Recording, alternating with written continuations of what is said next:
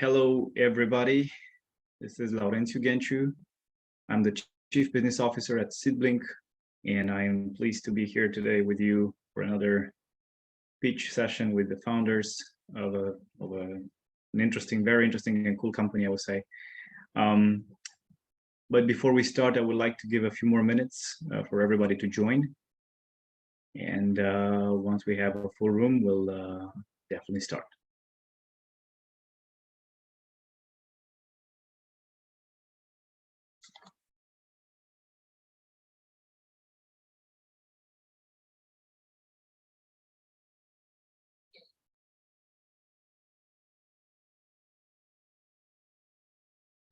Okay. See, people are still joining. Let's wait a little more. Sometimes the 6 p.m. is a good time because people are going back home. Some people are home already. Some people may be driving and hopefully joining from the cars. I'll just give one more minute and then we can start.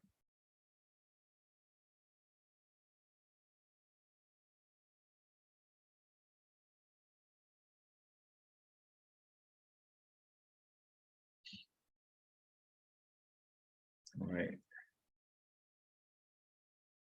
Here they come. I hope there'll be enough people because I plan to start with a little sad story.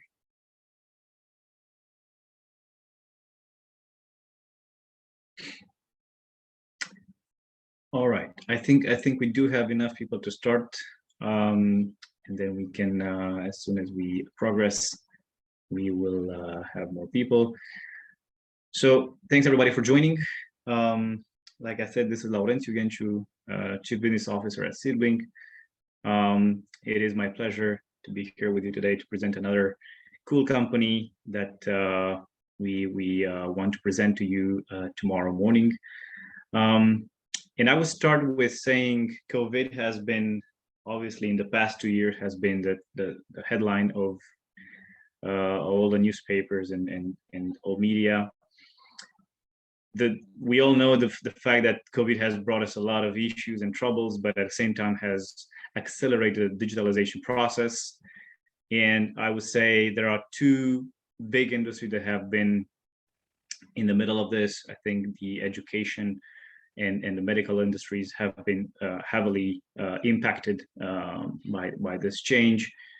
And I think the companies, the startups that have been able to ride on that trend and been able to capitalize on the opportunities that have risen from that are meant to be very, very successful in the future.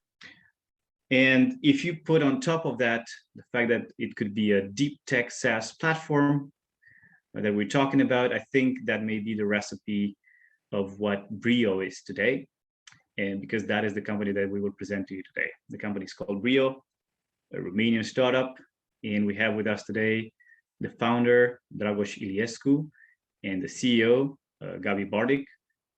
And before I would have them introduce themselves, I would like to start with maybe introduce yourself with the story of BRIO.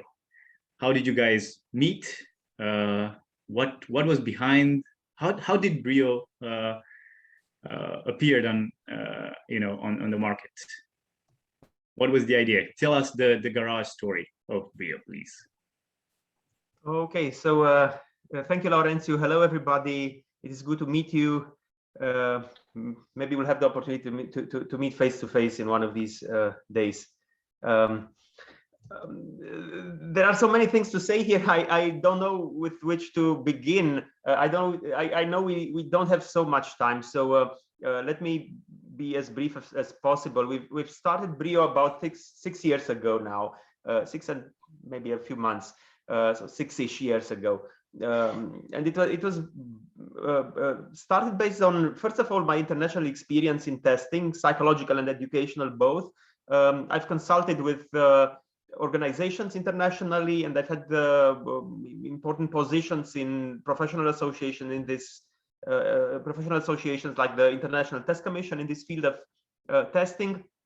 I've worked with the OECD, the Organization for Economic Cooperation and Development, the owner of the PISA studies, the PISA tests, and other similar organizations. And based on this international exposure that I've had and international experience, and based on the prodding of my mentor, we've started this. My mentor was Tom Oakland. He was a professor of educational psychology. So in this melange of psychology and educational science, he had been teaching at the University of Austin in Texas for most of his life, and in the maybe past, last 10 years of his life, he moved to Florida and taught in the campus at Gainesville, Florida. I still remember very vividly that moment when we were coming back from Brazil, where we consulted the Brazilian government on developing this kind of tests for their country. And Tom was telling me, it's you do this for other countries. We do this for other countries, organizations in other countries and governments too. And why do you not do it for your own country? What's happening there? I was very concerned about my own children at that point. My older now is 17, but at that moment he was 11, 12, and I was not very happy about the Romanian educational system, obviously, and everybody who's a parent and has children in this system knows what I'm talking about. So it was that kind of a discussion, what do I do with my children? Should I emigrate? Should I stay in Romania? Education is not very good. And he said, for God's sake, Dragos, you do this for other countries. Why don't you do it for your own? So it was that kind of think big, have a vision. You can do it even if you're not, if your consultancy is not requested. So anyway, that's when we began to discuss this possibility with my very good friends at Brandiant, Aneta Bogdan and Cristian Kit-Paul and Mihai Bogdan. I approached them, and we had lots of discussions there about Romania in general, and where are we going, and education especially, because they are also very strong believers in education. This is how the project shaped up. The cause is important here. It is a project for the nation. It is a project for the cause. No doubt about it. At the same time, the commercial envelope is also important.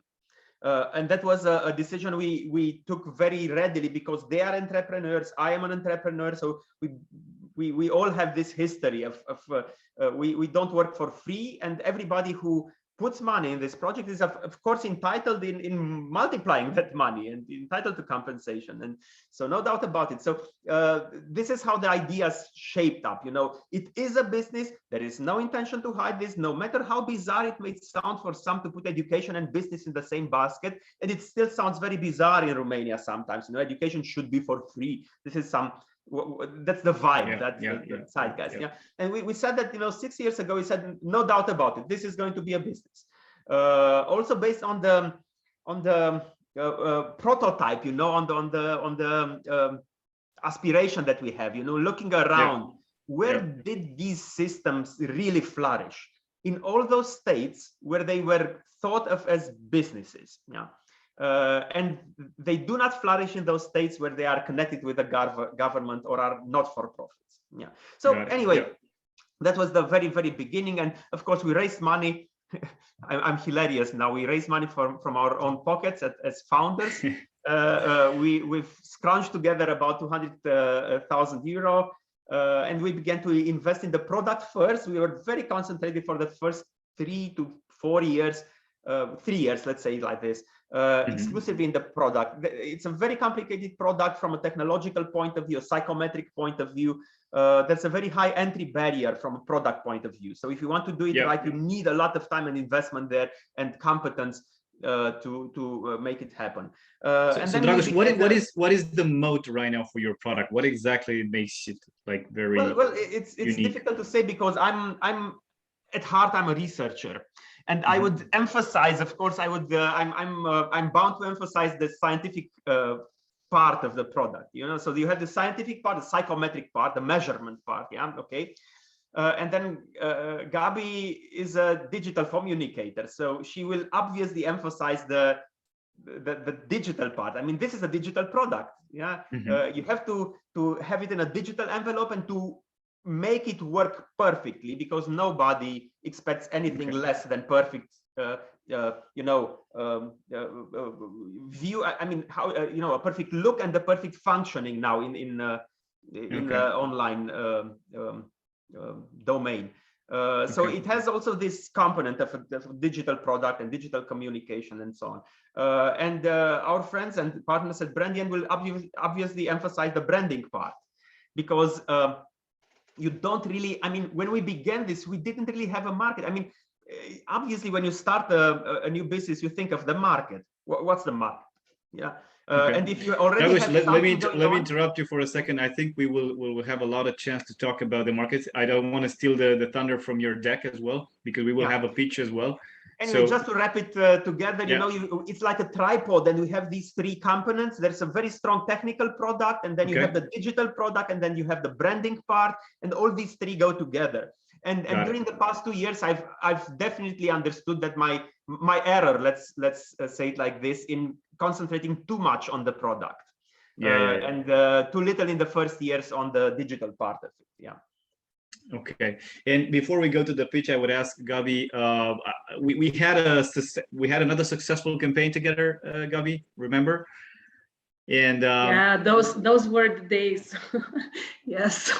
So I would ask you, before we start with the pitch session, so what has changed since then for maybe the investors that were present in back in time? What has changed? What did you guys add in addition to the product, to the team?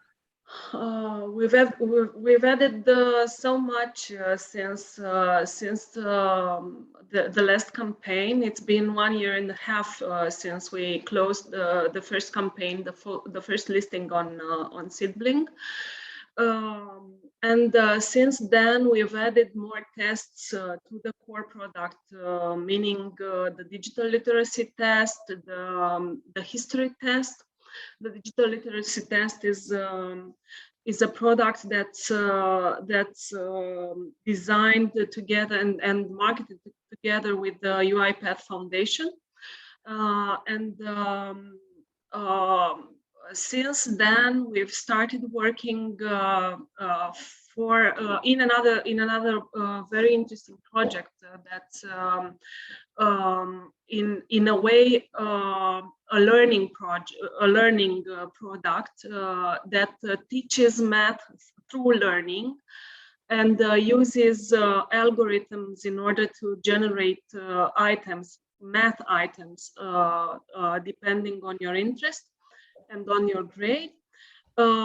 We call it it's a way of teaching of training an artificial intelligence engine to generate programmatic items in math. So it's a never-ending math school book that any student can use in order to improve his or her math skills. Those are a few of the highlights since we raised the first round on SeedBlink. But I guess Dragos in the pitch deck will emphasize more on the scientific product and on the further developments for school. Because we also started working on a school platform that we are intending to launch this year. Great. Well, it sounds like you guys have been very busy. Yep. And I guess you have a lot of things to present.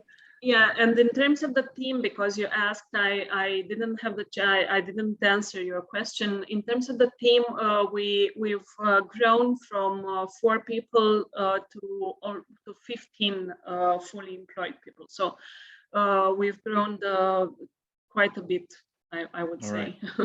All right, good. Sounds good. Now, that all made me just curious about your deck, guys. So I think it's time that we go to the deck.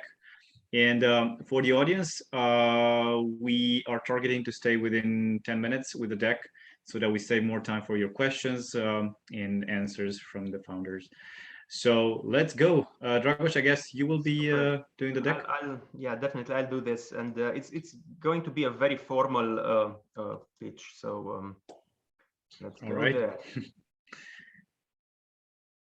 Okay.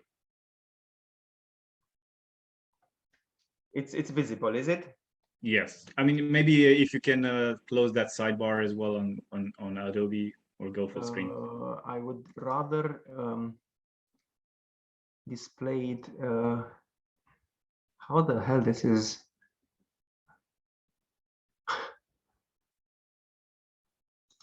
Okay, I was trying to display it. I was trying to just close the sidebar. It's fine. Just close that there. Yeah. When it's yeah, it's not.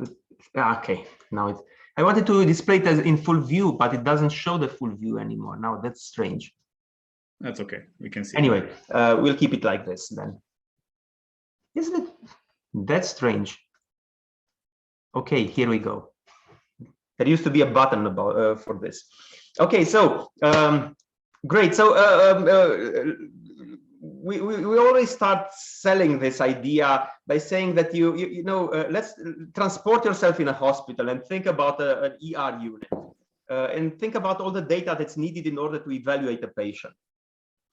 Now, how the data is produced, how every increase or decrease of any parameter in blood count or any other parameter in your health counts in future decisions of the doctors. Yeah. Now think about a patient or a doctor or a full hospital without any kind of data. Now, how would the patient receive proper treatment?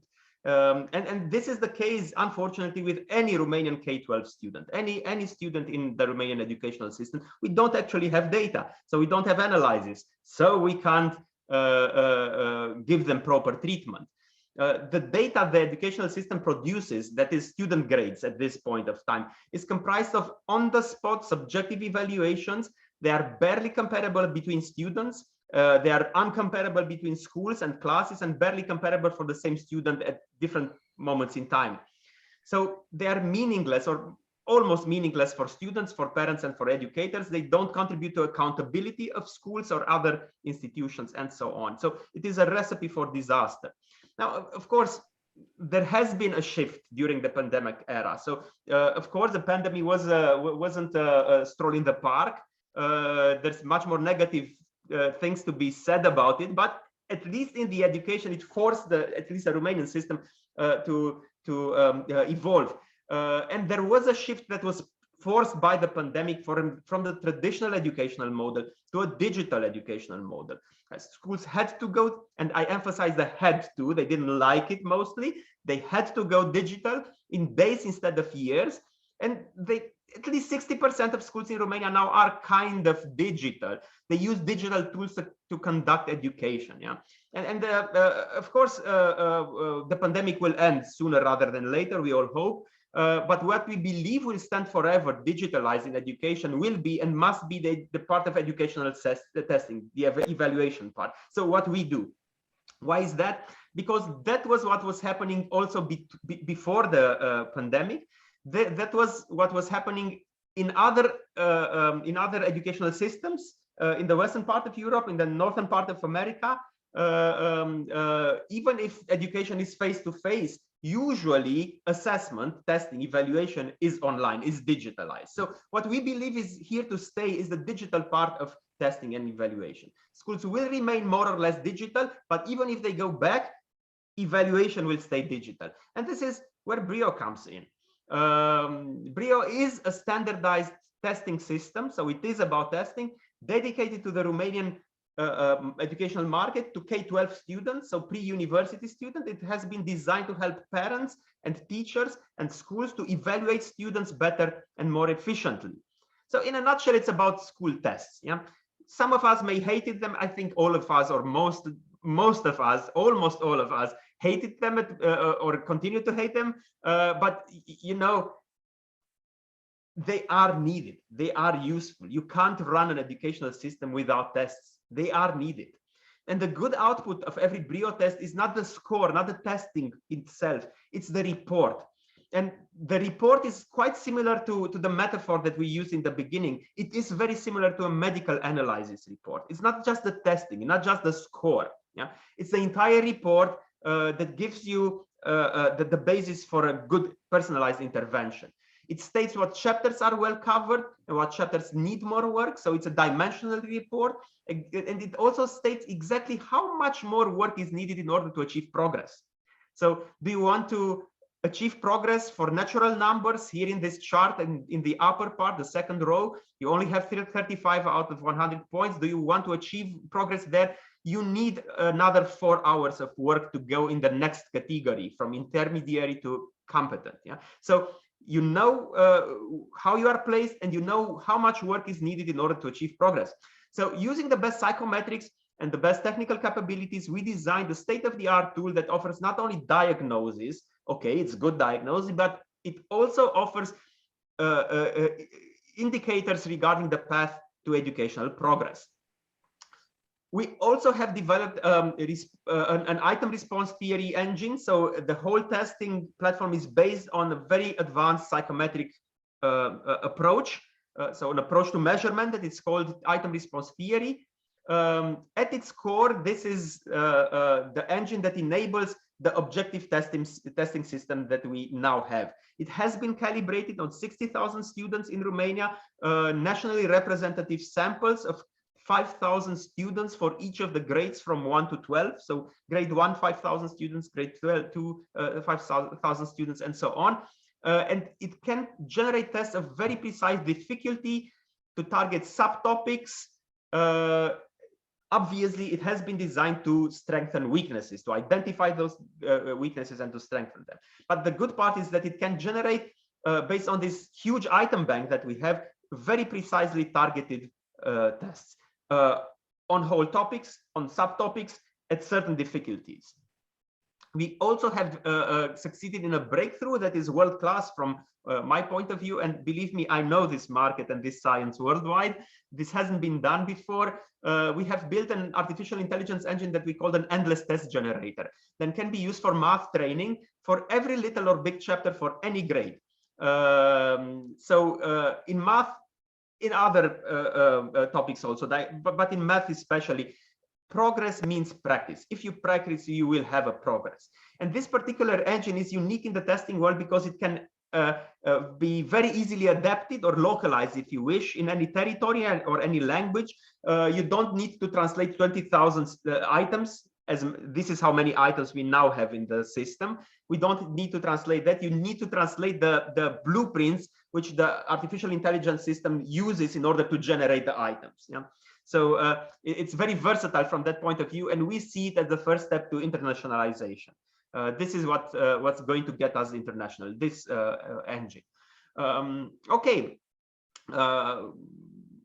Basically, what we have now is the entire evaluation, testing, and the basics of training for better results in the same product. This is what we now have. So we do that evaluation, the testing, yeah, and we also have the basis for training, for the drill down of competencies and skills, yeah. And we also are the probably only valid source of data for the educational system in Romania. So we do have relevance also on a policy making level. A few words about the market. The market is huge. We have 2.5 million students, 12 generations every year, with about 200 to 250,000 students entering as a new generation every year in the system. One generation goes out, another comes in. It's about 200 to 250K students every year. We have 12 to 20,000 schools in the system. Depends on how you count them. But if you count school units, you have 20,000. If you count schools, you only have 12,000. This is public and private. And over 200,000 teachers that are in need of digital tools to better perform evaluative activities. So it's a huge market. Plus, we have the officials of the Romanian educational system. The president talked about it, and the Minister of Education talked about it several times, who continuously speak about the need of introducing standardized testing in education, starting already this year. So this change will come, and we are in a pole position to benefit from it. The competition is very scarce. Internationally, the competition is huge. I mean, we have very strong competitors internationally, usually standardized K-12 testing systems that exist in the United States and in Canada, in most of the Western European countries, and so on and so forth. In Romania, the only competitor we have is the old way of doing testing in the Romanian educational system. We believe that we have very high entry barriers. So the prerequisites of educational and psychometrics knowledge and technological capability and this very resource intensive nationwide item research and calibration process puts, you know, very high entry barriers. So up to now, no competitor afforded the needed investment. Not even the ministry succeeded in doing this kind of thing.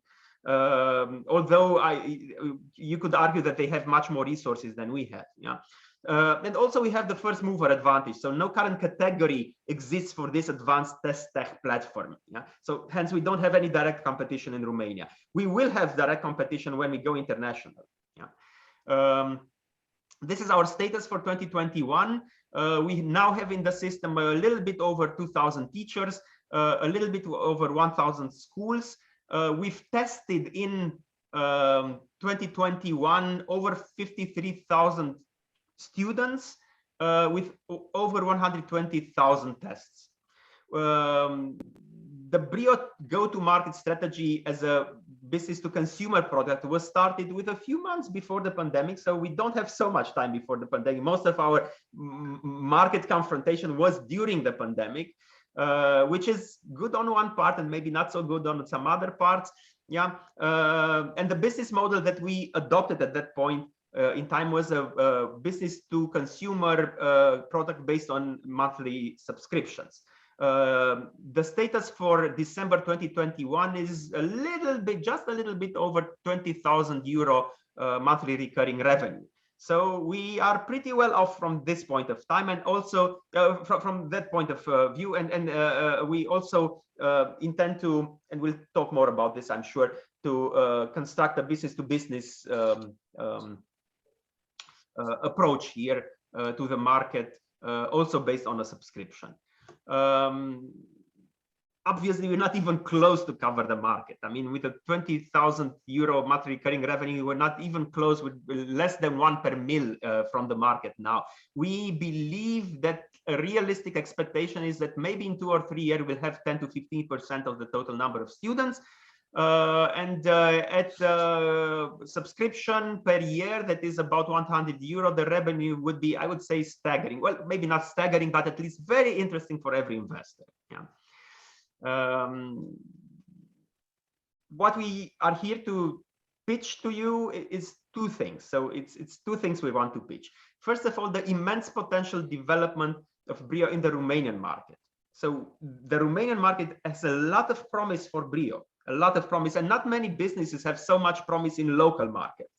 Many tech businesses only have enough promise when they go international. Yeah, we do have a lot of promise for the Romanian market. Leaving aside the cause that we fight for, we still have a lot of financial promise for the Romanian market.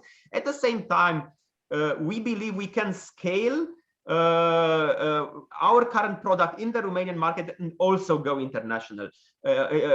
We try to scale, and we are very confident that we will be able to scale the product in Romania by also building a B2B, well, B2B2C actually. Yeah? So the platform, that means we will approach schools based on a software as a service product to better serve the needs of educational organizations and of teachers, well as the current product serves best the needs of pupils and their parents. And we also pitch at the same time the international expansion based on AI-driven practice tests. We do have a roadmap. The roadmap is very lucid and very realistic, I think, much more realistic than we thought about the whole market 2 years ago. We do understand the market better, the growth that we can have better. We have a very clear roadmap that speaks about consolidation in Romania, scaling internationally, consolidating the international product and expanding internationally then. And we have already begun to work on these components and to approach international partners. And let me close by presenting my team. I think that the best thing we have at this point of time is not the monthly recurring revenue, not our user base, and so on and so forth. It's the team. We have built in these past 2 years a very strong team around me. I've worked a lot in this field. I am a member of the OECD task force working on the PISA and of the PIAC mainly test. I'm one of the future presidents of the International Test Commission. And I've been involved in educational policies and educational testing, especially for the past 20 years. The team is very strong. I haven't been able to put the whole team, the entire team here. We're 15 people now, so we should have another few slides here. I only have here the people that I work most often with. Gabi, who has 24+ years of experience. She's the CEO of the business. She drives it hour by hour, day by day, 20 hours a day. We have in the upper part and the right part, we have the developers, Claudiu, Adrian, Gabi, and Valentin. We also have our communication team here, Silvia, Mihaela, and Justina, and a lot of other people that I didn't put here on the slide. A very strong team. Please see in most of them how senior they are. Senior developers, senior communication people, and so on. Great. So what can I say? This is what I actually pitched to you. Make EdTech priority 0 of our time. At the very least, Romania needs it. I am also very confident that this is the future in education, and that a lot of money is here in this uncharted market, so to say. Thank you very much. Thank you, Dragos. Questions? Thank you very much. We already got some questions. I would before we go to the first question, so I would say it seems to me that Romania is your main and your primary focus for the coming future. You mentioned about internationalization a bit. Do you have any thoughts in that direction in terms of a bit more specific in terms of markets, anything like that you can mention? Sorry, I lost you a little bit here. I lost you for the past 5 seconds. Yeah, yeah. I was saying if you mentioned a bit about going international. Yep. And you mentioned clearly that your focus on the Romanian market is big enough for you guys to focus on for now. So I would have 2 questions for you. One is regarding the Romanian market. What's your focus? Is like private or public? Because when you size the market, you probably put them together. And the second was in terms of going international, if you guys have any thoughts already. You mentioned that you have some thoughts in terms of some specific markets and how did you pick them? And then we'll go. There are more questions about fraud and investment and so on. Yeah. Okay, great. I got those questions from the beginning, but I lost you a little bit in the end. Yeah, sorry, maybe my connection. So, yeah, it's okay. So let's answer first about the Romanian market. We do wish to consolidate in Romania, of course, and you know, a startup is the best thing you can do to destroy a startup is to be very narrow-headed, you know, and follow an initial vision, let's say, like, or in the initial thought. We started by addressing this to parents. So if you look now, if you go now online on BRIO.ro, and you want to open an account, you will see that the product talks to you as a parent or to you as a pupil. This is what we've done so far. It works. But we've identified during the past year of pandemic a huge need from educational institutions. In the beginning, we didn't want to follow this path because of many reasons, and I can go into that. But I think it's self-explanatory when I say, you know, you don't really want to deal with a educational system. You don't know how much money is there. You don't know how politicized it is, and yeah, you know, okay. But they come to us, so there is need, and they ask for a product that is not specifically tailored for them, and it's a huge market, because a teacher or a school who wants to adapt BRIO, or a teacher who wants to use BRIO will want to have control over the test. At this point, the solution that we offer is client focused, so the client, the ultimate user, has control over the test. The pupil or the parent can initiate the test, can make the test more difficult, and can share the report or not share the report. Yeah. So you need another kind of a solution, a software as a service solution, which is a school platform. And this is what we've developed now. And based on this, we will consolidate the Romanian market. So basically, you will begin to talk to all the stakeholders. We already talk to the parents. We already talk to the pupils. We will also talk to school principals and teachers, and we will begin to generate data for the educational system. So you will also, we will also talk to policymakers, and this is what is going to consolidate us. I'm very sure about that. Also, we have a much more aggressive sales approach now. We have developed a sales team during the past months, and they have already now in January begun with a very aggressive sales approach, which we didn't have so far. We based our sales on digital communication so far, one to many. So it was business to consumer communication. So we'll have another kind of communication targeted to schools and targeted to principals. And this is the Romanian market. Yeah. So the question was more like, do really, and it's kind of clarifying the initial question. Do the public schools afford such a product? Yes, really, and is there, considering there's some, for public education, there's always some political influence, I would say, right? How do you guys, is that a risk for your business in any way? That's why we initially didn't go there. We thought it would be a risk. And now what we see now is that it is not. Just to answer very clearly one question, the market is definitely public. I mean, you do have private schools, and the future will probably bring more more private schools to the table, but they are still less than 1% of all the schools in Romania. So there's no, the market is obviously public. There is money in that market, and public schools have money. They don't come with political strings attached. That has been our experience during the past few months when we began. We have already begun to go into that market, and it's from some points of view, it's more difficult than expected. From others, it's easier than expected. So there is money there. It doesn't come with political strings. It has been an epiphany for us also. Whoa, look at this. So you're saying there are budgets for such tools in the public institutions. All right. Definitely. Okay, that's great. There's another question. I mean, well, there's an observation here as well that if you guys could become a standardized tool for the Ministry of Education, is that an option? Are you guys exploring that? Because it is an option. So far we have decided to stay away from that. What we may be able to do is consult the ministry and have maybe a BRIO powered test there. Maybe. The ministry doesn't have the expertise to develop this. They will need to import it from, as I am imported by other countries. They will need to import from somewhere else, and it's going to cost them more than buying the final solution from us. But at the same time, you don't want to, you will run it in the wall. You will run the whole business in the wall if you put it under the ministry. So I'm not a strong believer in that. I'm a strong believer in the fact that it is a private business. It should be independent. It should stay private.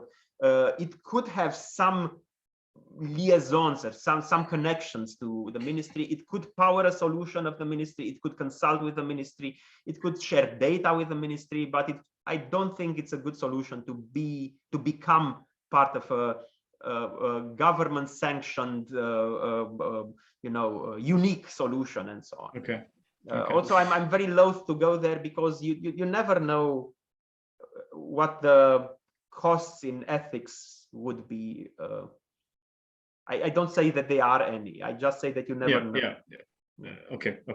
So moving a bit in that direction, do you guys see any problem with fraud? There's a question about how you would be dealing with students copying results from each other, or the use of WhatsApp groups and stuff like that. So how do you guys? I will answer that because we had the first 3 editions in a BRIO contest, a math contest, and we used there in the finals a proctoring tool. That's a supervision tool. that takes images and registers all the movements that the student makes in order to assure that the student and only the student is in front of the camera, and in order to make sure that he or she doesn't receive support from another party. So yes, we have a proctoring tool that we are using. It's not a proprietary solution, but we are working on our own proctoring tool. There are many on the market, so if someone is interested, that's the name for it, and we'll add proctored sessions for the schools in order to make sure that the fraud is eliminated. So yes, we have, and we'll develop our own solution in order to have proctored sessions. Yeah, Okay. I should say this is just the last layer of verifying if a student cheats or not, because this is what we talk about, yeah, cheating. Yeah. And proctoring is the last layer. The whole system that we have it's not cheat proof, but it makes cheating much harder because you don't have static tests. What we have here is in math, we have 20,000 items. Yeah. And the items have, of course, item parameters, and you know each item in what category it is and how difficult it is, and so on and so forth. When a student generates a test, the test is, I mean, if you generate now a test in your account, and I generate a test in my account on the same topics with the same difficulty, the tests are going to be completely different. You're going to see different items. And then also, if I want to retake the test, I take the test and I want to retake it. The next second after I close the first test, it's going to have different items with exactly the same difficulties. So the system equates and ensures the equivalence of the two. It's very hard to copy and paste results. Exactly. I mean, even if you copy it, what's the use of it? I mean, what can you do with it? You're going to see different items. Okay. Now, to come back to the other question, and it's kind of combined two questions in one. I'm not sure if you answered about the international, if and the what specific market. And then and let me add on top of that the following question. So considering your focus today and looking at 2022, at the end of 2022, how you would see the success of BRIO in 2022, and then if we go a little further in the future, how do you see the success, let's say in 2025, if I may go that far? So, international market, is anything specific today in your mind? What's success in 2022 for you guys, and what's in 2025? Yeah, Gabi, can I take that? Yeah, please. Yeah, it's internationally, we don't intend to go with a whole product that we have. That's actually the reason why, although we have strong competitors internationally, none or almost none of them went internationally. I mean, if you go to the Netherlands, you have a strong competitor there. If you go to Germany, you have a strong competitor there. Why didn't the Dutch provider, the Dutch provider of these tests go international? Because it's very difficult to go international with a fat product. What we have developed in Romania, and what we continue to develop now with an SaaS solution, software as a service solution for teachers and schools, is a very fat product. It is geared towards our educational system, our curriculum, our legal requirements in assessment, and so on and so forth, as is their solution in the Netherlands or in Germany or in France or in I don't know what other country, Spain and so on. Spain also has a very strong product there, but it's a fat product. To go international with a fat product, you need to have a very strong team on the ground there, and you have to, you have to localize the whole product, and you have to change so much in it that it's basically not a localization, it's a new product. So this is difficult. What we try to do to go international is bet on the artificial intelligence engine that generates items. So we've itemized mathematics, you know, if you look at the curriculum in Spain or the curriculum in Italy or in any other country, they learn basically the same things that we learn in different classes, of course. So it's like saying, you know, mathematics for undergrad, you know, for pre-university is for K-12 is you know, these 200 bricks. If you learn those 200 skills, that's all you need to do. Yeah. Of course, in Italy, they learn brick number 1 in the first class, and we learn it in the third class. And brick number 2 is in the second class for us, and in the 5th class for Belgium, and so on and so forth. Okay, so okay. yeah, you can vary them, but these are the bricks. Yeah. So what you need to do is translate the bricks. So you extract the core and put it into something that is and more then you generic. just sort them in some other way, and they work for any other country. This will generate kind of a, you know, Duolingo.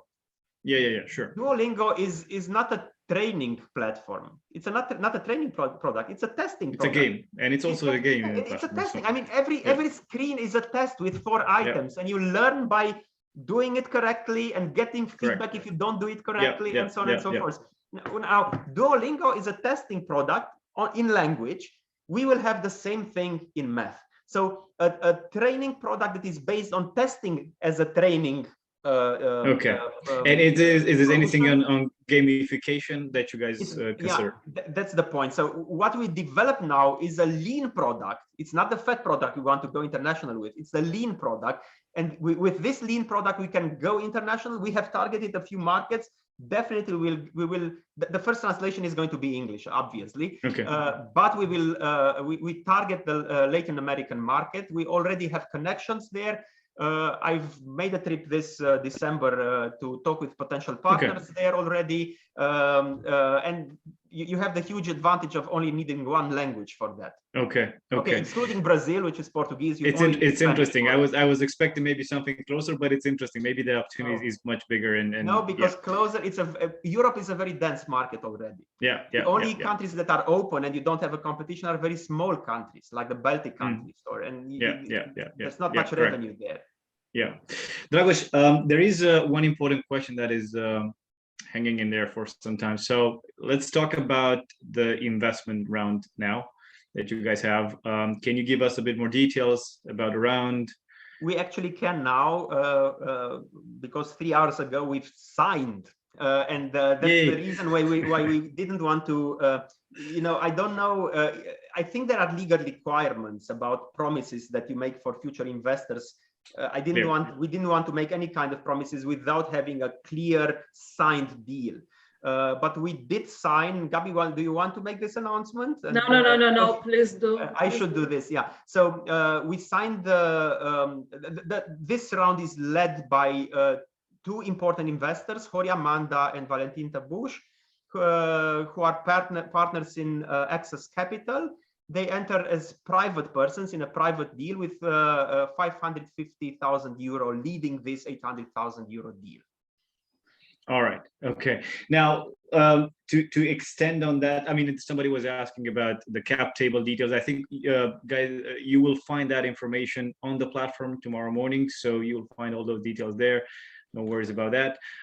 Regarding, you know, why are investors investing in you, Dragos? This is, you know, to wrap up a bit, why they have invested so far and why they should invest moving forward. There are 2 reasons. Gabi, you take this. Yeah, because it would be awkward for Dragos to say that people invest in Dragos, but it's the case. Firstly, they invest in the team, and of course, Dragos' expertise and experience in the standardized testing area, and his international exposure is one of the reasons that people invest and have put their trust and money on BRIO. So the first thing is the team that's led by Dragos, and I guess the very good quality of the team is one of the pillars that convinced Horia and Valentin and the former investors in BRIO. And the other one is the perspective of changing something, because I guess everybody can see without having a very clear or I don't know view on the educational system. You can see it from the helicopter that the educational system in Romania is very poor, and having investing in the chance of changing somehow the core of the educational system is something that's very eye candy to the investors. And we're talking about BRIO as a cause first. Before it's a business, it's a cause, but it's a cause that it's the cause to change the educational system in Romania. So those are the two pillars. There is another reason. We've always played this card, of course, and we strongly believe in our cause. And if I wouldn't believe in our power to change things, we wouldn't do this, obviously. But on the other hand, talking with investors, especially with the two investors who lead this round now, who are very sophisticated investors. I mean, Horia Manda is a huge name in investment in Romania.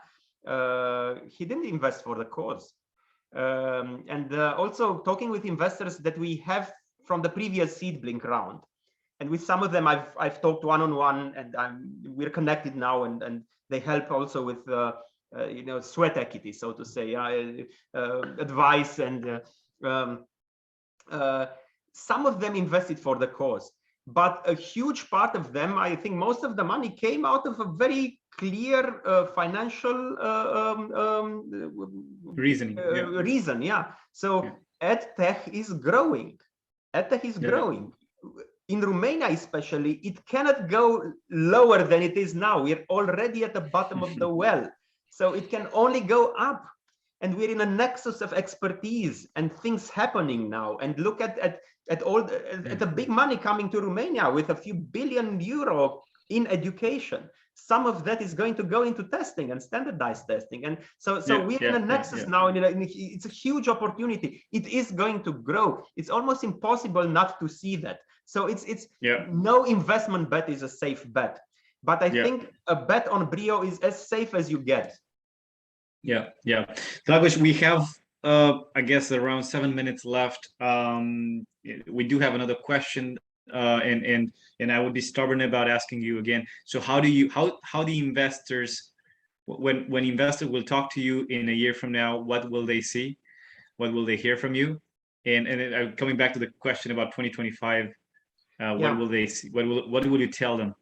Yeah, I believe I think that we'll have a monthly recurring revenue at the end of 2022 of at least double to triple of what we have now, and a user base that is probably triple than we have now.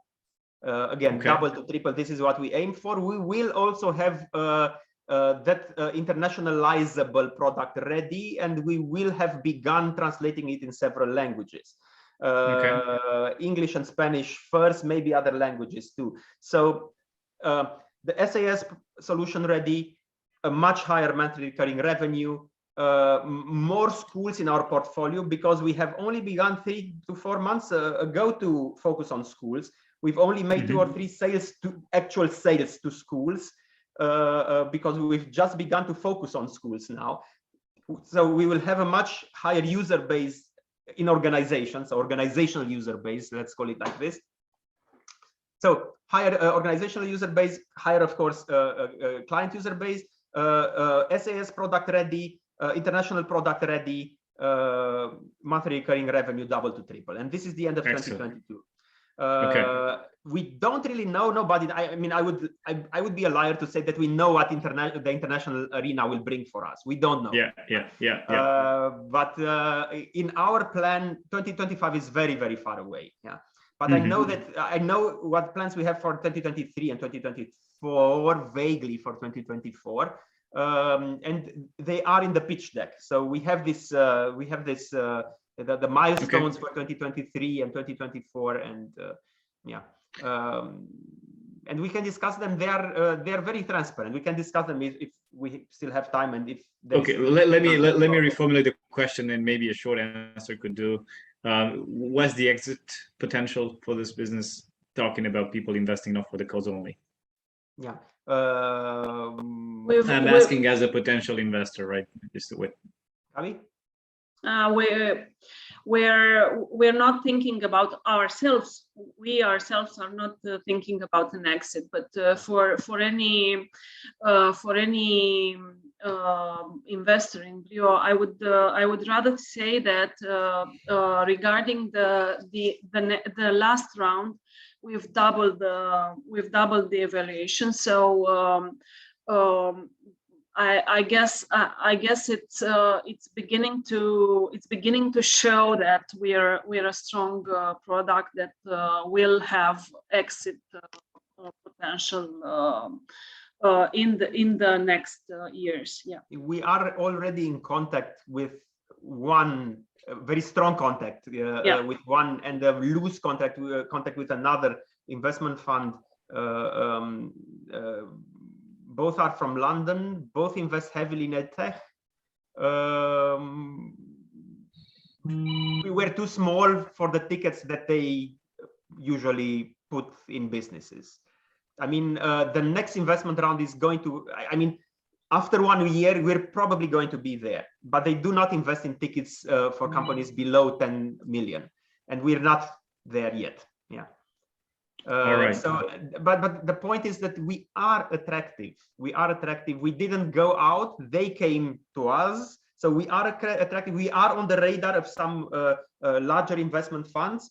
The moment you begin to play international makes you even more attractive for those investment funds. And usually that's the moment when some early investors have their exit. Yeah. So I would say that that an exit for early investors is quite probable in the next 1 to 1.5 years. Excellent. All right. Gabi, Dragos, really thank you. Thank you for sharing all those things with us. We wish you the best of luck with the campaign. For the audience, don't forget, at the end of this webinar, we have a little survey for you guys. Please answer those little questions. It helps us understand better what you guys are looking for as investors. And tomorrow, 10 a.m., we will launch the campaign with BRIO. And by the way, it's going to be just 2 weeks, this one. So make sure that you're there to benefit of the opportunity if you can. So thank you, everybody. Have a great Monday and have a happy week. And see you soon at the next webinar.